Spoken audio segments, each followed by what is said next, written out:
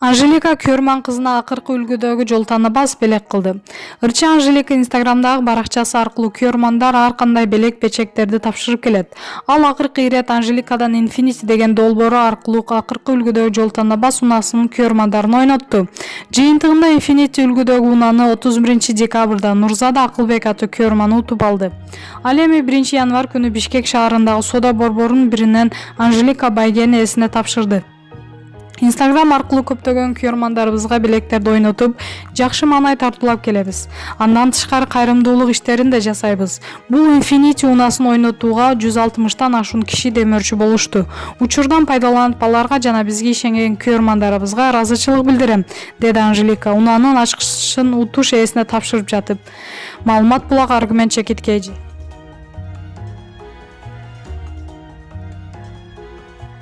Чубак ажы өлкө келечегинен кооптонуп, курч саясий билдирүү жасады.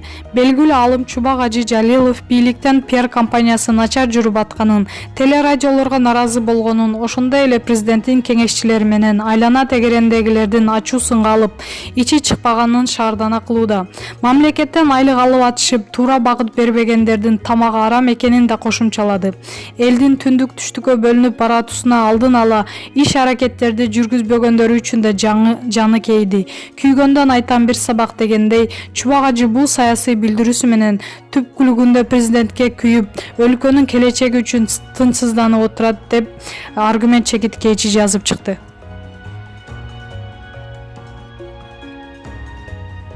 Асел Кадырбекованын АРЗАН пиары. Кыргыз эстрада ырчысы Асел Кадырбекова өзүнүн социалдык баракчасына видео киргизип, бул видео хейтерлер үчүн деп жазып чыкты. Анын катталуучулары ырчы айымга наразы болуп, ар кандай сын пикирлерди жазууда. Охрана болбосо эмне болот? Элдер жеп коёбу эмне? Кайрадан эле Аселдин АРЗАН пиары. Асел өзүнү бийик сезип алган го, өзүнү пиарлаш үчүн эмне кыларын билбей жүрөт деген пикирлерди калтырууда. Маалымат булагы аргумент чекиткейжи.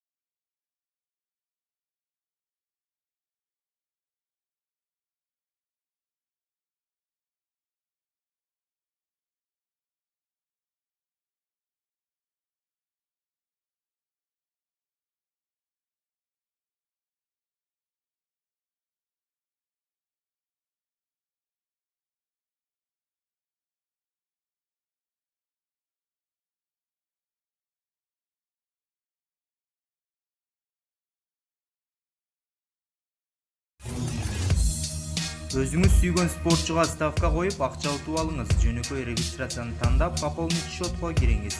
Арлан аркылуу акча толуктап, миллиондогон учуттарга ээ болуңуз.